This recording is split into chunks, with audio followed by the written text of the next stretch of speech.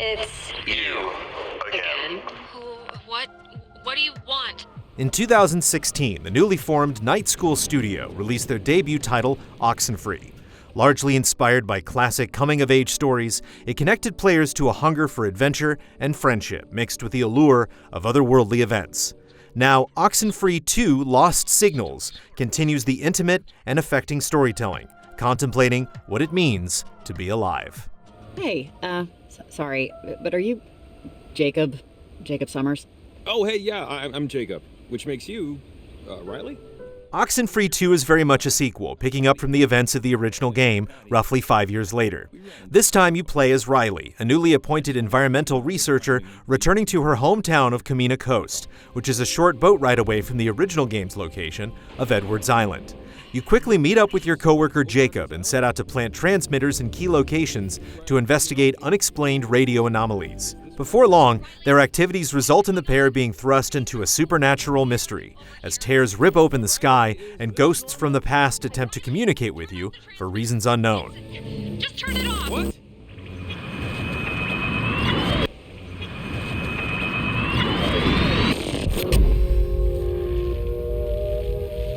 No! God, I can't believe this! Oh, the portal! Something's wrong with it! Along the way, Riley and Jacob are in constant conversation.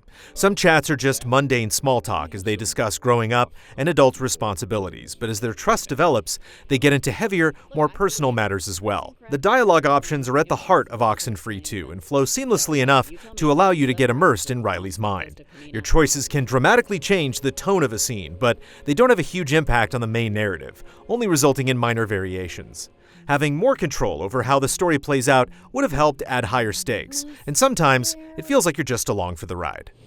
Why not make that the official story? The tourism boom from amateur ghost hunters alone, Well, few have heard the story, and even fewer believe it. But, I don't know. It makes sense. The duo aren't the only ones investigating the ominous rifts in the sky. A local cult is trying to control them for their own benefit, and they attempt to hinder Riley and Jacob's efforts. Sporadic encounters add tension and intrigue as you start to question what you're ultimately trying to accomplish. Come in, Riley. If you're there, pick up, please. Your two main items are a two-way walkie-talkie and a radio. The radio can be used to open electronic locks by finding the right frequency and for very light puzzle solving. The walkie is one of the best parts of the game because it offers the freedom to communicate with a variety of individuals who are tied to optional side quests. You'll answer calls to look in on locations you're near or to keep an eye out for missing items.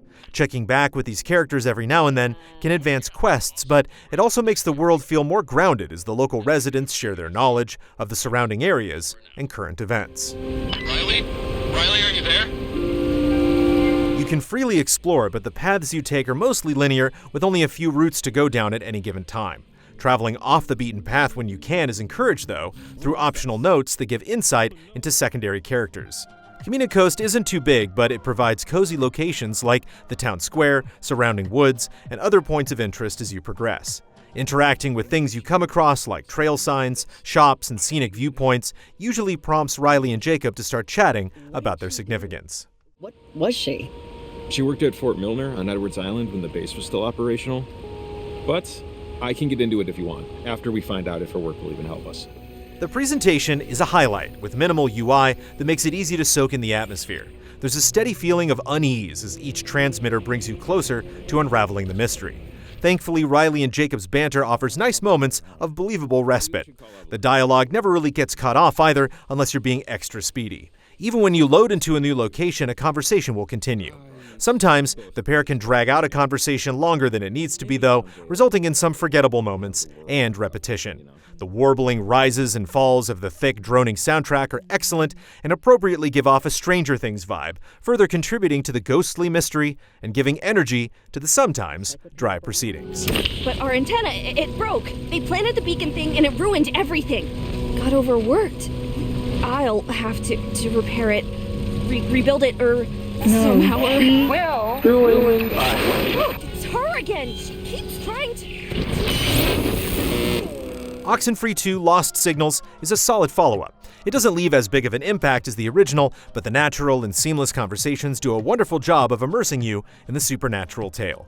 There isn't much to do outside of walking and talking, but the relatable characters and engaging mystery are reason enough to book a trip to Camino Coast. Remember your name and address, and telephone number too. And if someday you lose your way, you know just what to do. Final score, 7.5 out of 10.